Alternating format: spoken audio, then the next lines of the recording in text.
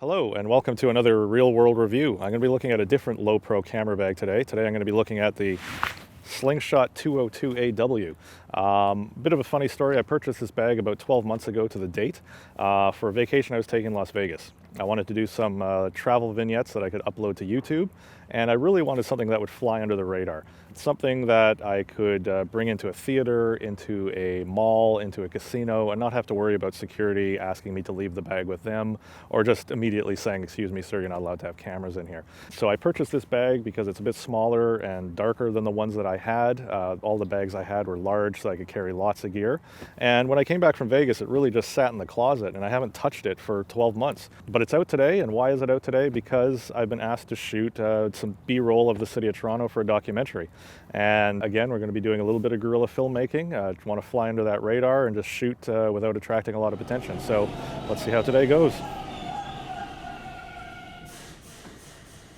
So one of the things that struck me early on about this bag is that it's well designed. I think whoever was at the drawing board took an extra minute to try and think of everything. And one perfect example of that is this front pocket here. And now don't get excited, it doesn't have any gadgets or anything. All it does is not open symmetrically. And so on the left side it opens to here, but on the right side it opens all the way to the bottom. Now you can imagine that if this were over my shoulder and I were holding it in front of me, and I opened the pocket, if it opened all the way on the left side, you could see how batteries and notes could accidentally be falling out. And so by only opening to here on one side, it helps keep me from making those kinds of mistakes and losing things. And so that's just an example of a small thing that most people probably won't even notice, but it makes a lot of sense. Other nice features, it has the elastic strap in the main compartment, mesh pockets, built-in lens cleaner, memory card pocket. Of course, the padded compartments are movable. A tripod holder that is simple but very secure. And of course, the all-weather cover that's pretty much standard on Lowepro bags. It's these kinds of features. This bag doesn't break the bank.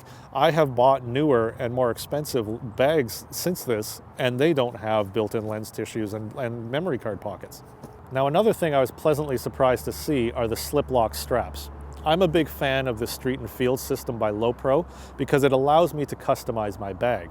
Right now I have a water bottle pocket, I have a cell phone pocket, but I could just as easily put on a large lens pouch or a flash pocket, and that could effectively double the size of this bag.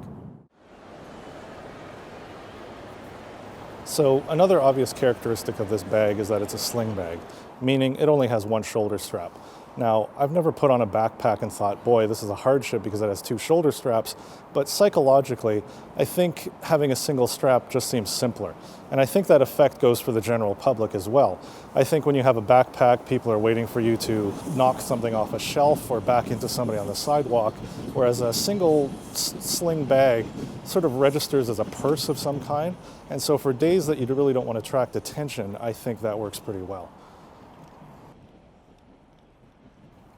So I'll share one last anecdote about this sling pack. I was at an event and there was another photographer there who was sort of an amateur enthusiast level, and he had this sling bag, except it was all deformed and kind of crushed and wasn't supporting the weight of what was inside. And I was about to go up to him and let him know that if it's a Lowepro bag, you have a lifetime warranty and you can probably get that exchanged. And as I approached him, I saw that it didn't have any of the Lowepro logos on it, although it looked identical. And so perhaps as a testament to how good this bag is, it was the first bag that I've seen counterfeited almost looking exactly the same. So to conclude, ironically, two of the positive things about this bag combine to make the only negative thing I can say about it. Because this bag is so versatile, there's always going to be the temptation to add one more lens or one more battery, and then before you know it, the bag weighs 20 or 25 pounds. And all of that weight is sitting on one shoulder, and that can get uncomfortable pretty quick. But if you can resist the urge to overload the bag, it's a great choice. Also, ironically for me, I own a number of bags that each have a niche task. And so I'm always going to be picking the right bag for the right job. This is a general purpose bag, and I'm probably not going to use it that much. But if you want a one bag that'll serve multiple uses and be unobtrusive, the Slingshot is really a nice choice.